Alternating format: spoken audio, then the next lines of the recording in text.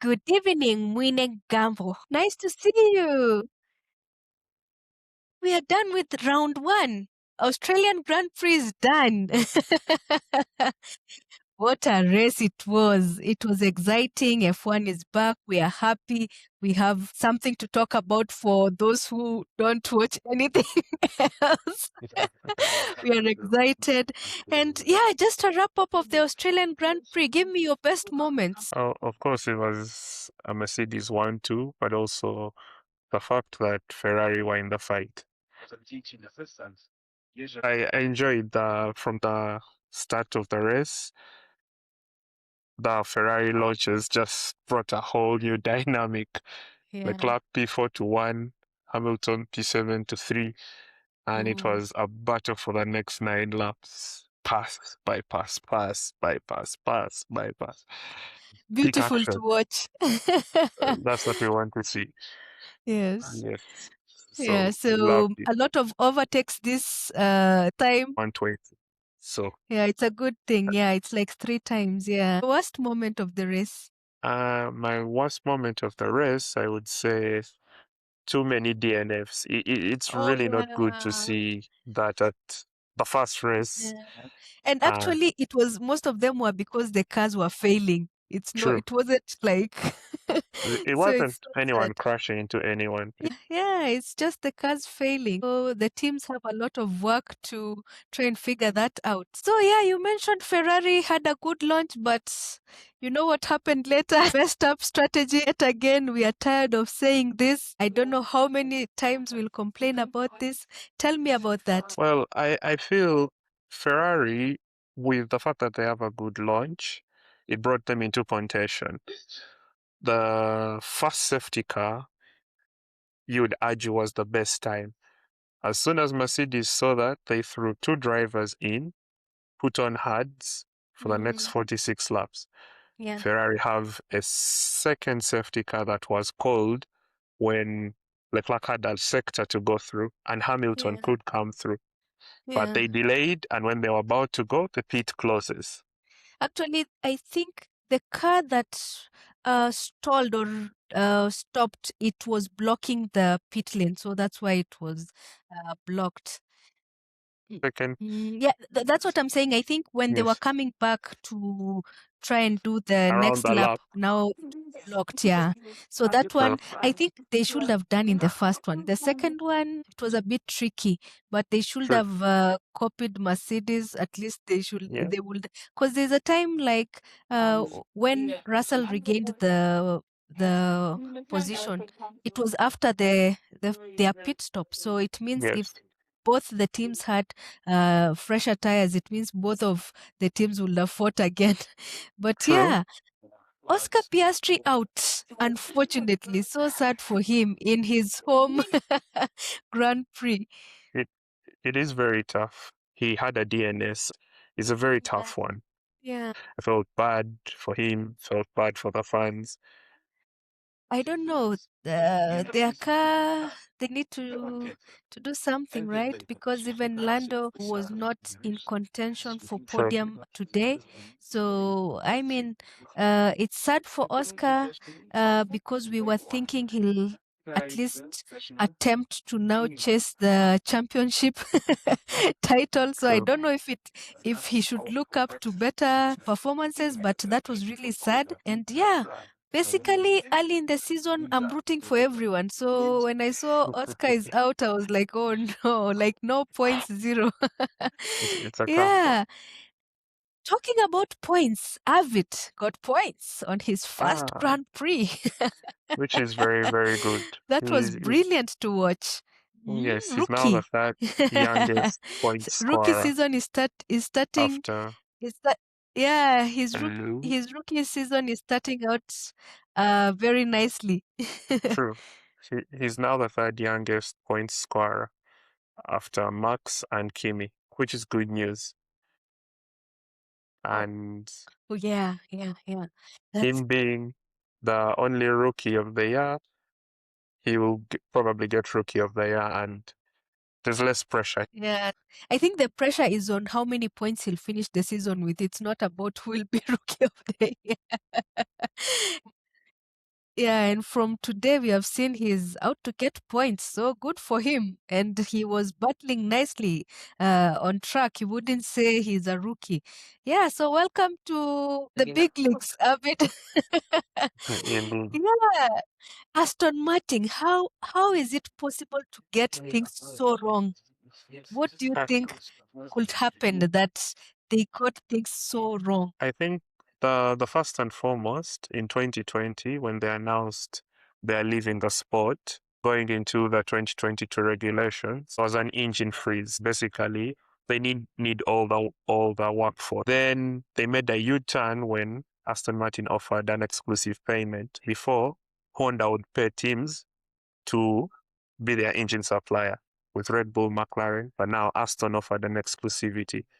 But already other teams are developing in their rule set. So they return 2023, they have to build a factory 2024. So basically 1 year. And remember, they also started 4 months after others were building the chassis.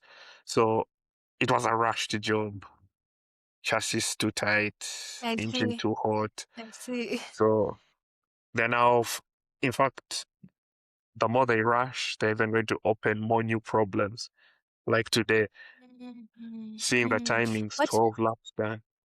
do you think it was a good decision to make Adrian the team principal this early? Like he was still new to the team also. Was it the right decision to now make him team principal again? Or they would have just left him to do R&D first? Aston Martin are at a point of crisis where they really need leadership. Looking through all the ranks, the only senior person they have is Newey. On top of that, Lance Stroll, I would say, is very, very impatient. I can Yeah. say that he wants to win so bad, and he's doing whatever it takes. He's throwing money, and sometimes money doesn't solve problems. Fix everything. Yeah, yeah, yeah. Doesn't fix So everything. because they've assembled a super team, they've built everything, and he keeps Mm, throwing money to the problem, but it's not a solution. not For right not now, I would say mm, New is the best fit they have. Going in for the long both term, help with design and also as team principal.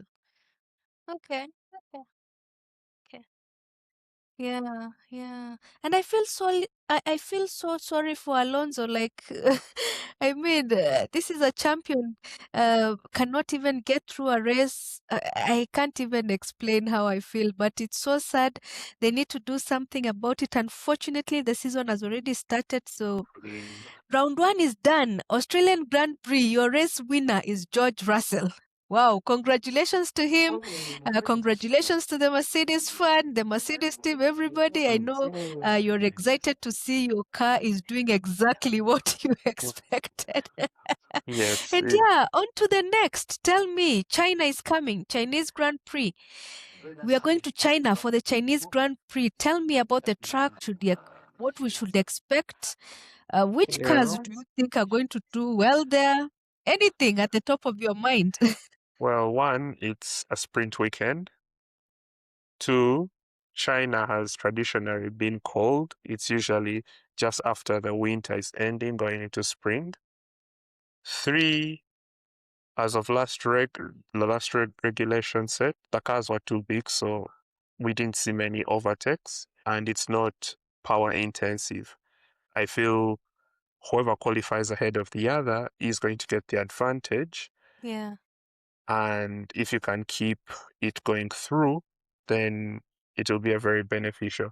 Of course, if we're to base on this race, we still see it between Ferrari and Mercedes. Mercedes, Y- yeah, y- yeah. Did you see what Max Verstappen did? Yes, I did. It was a Yes, mega drive. so It I was a think mega even drive. that Red Bull has pace because It, he it has came best. from P20 to P6. So True. it means if he had qualified higher, he would have been probably podium, like the way you had Podium. predicted, actually, because you had True. said he would be P3. So, True. wow. So, let's see. It means Ferrari, Mercedes are going to do well there. You talked about the cars being smaller. I think even George was like, I like it. It's light. So I like that.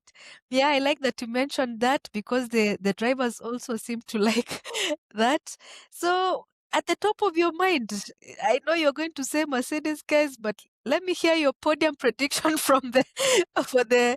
Let me hear your podium prediction for the Chinese Grand Prix. I will be going with 1 Russell, 2 Leclerc, 3 Kimi. This is going to be one for experience. Okay, okay. Yes. That's nice. I'm gonna give Ferrari did well. Like for this race, they were race leaders. Just messed up with strategy. Though I think Mercedes were faster than them, but I think I'm going to bet on Ferrari this time.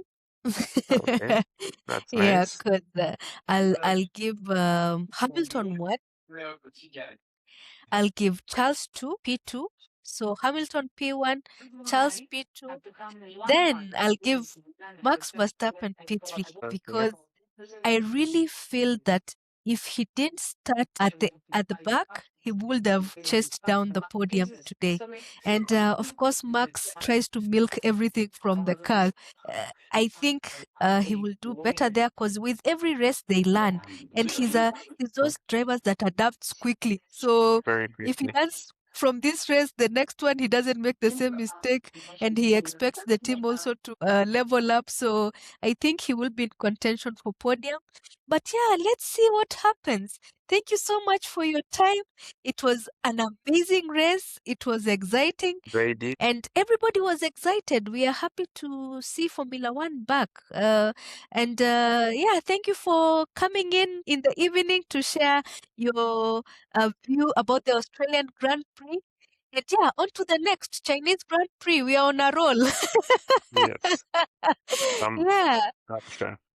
Any last words? I would feel let's give these regulations a chance. I know a lot of people say just because I'm a Mercedes fan, but if Refs One can give us 120 overtakes, Yeah. what will happen if we're on Monza, Silverstone, Yeah. Vegas, Yeah. Interlagos? Let's Yeah. give it that, and let's also hope the teams iron out reliability. Because, fun fact, also what brought Ferrari in contention, Russell and Kimi didn't have battery. Even Max at the start of the race had zero Yeah. battery. Yeah. Those are things you don't want to see. Yeah. So I feel that should really be ironed out. Either they standardize the batteries or something, because picture if your drivers are on pole but they have no battery. I think I told you guys I'm not a fan of this this I new understand. way of energy, whatever, maintaining or sustaining. It's too much thought. But let's see, because as we are saying, the teams learn on race day. Because On now race today day. we saw what cars can do. You know, True. during quali, now we saw, so Mercedes can really move, So let's see in China. True. And of course, it will be back to back. So we are happy because now we'll get an overdose of Formula One.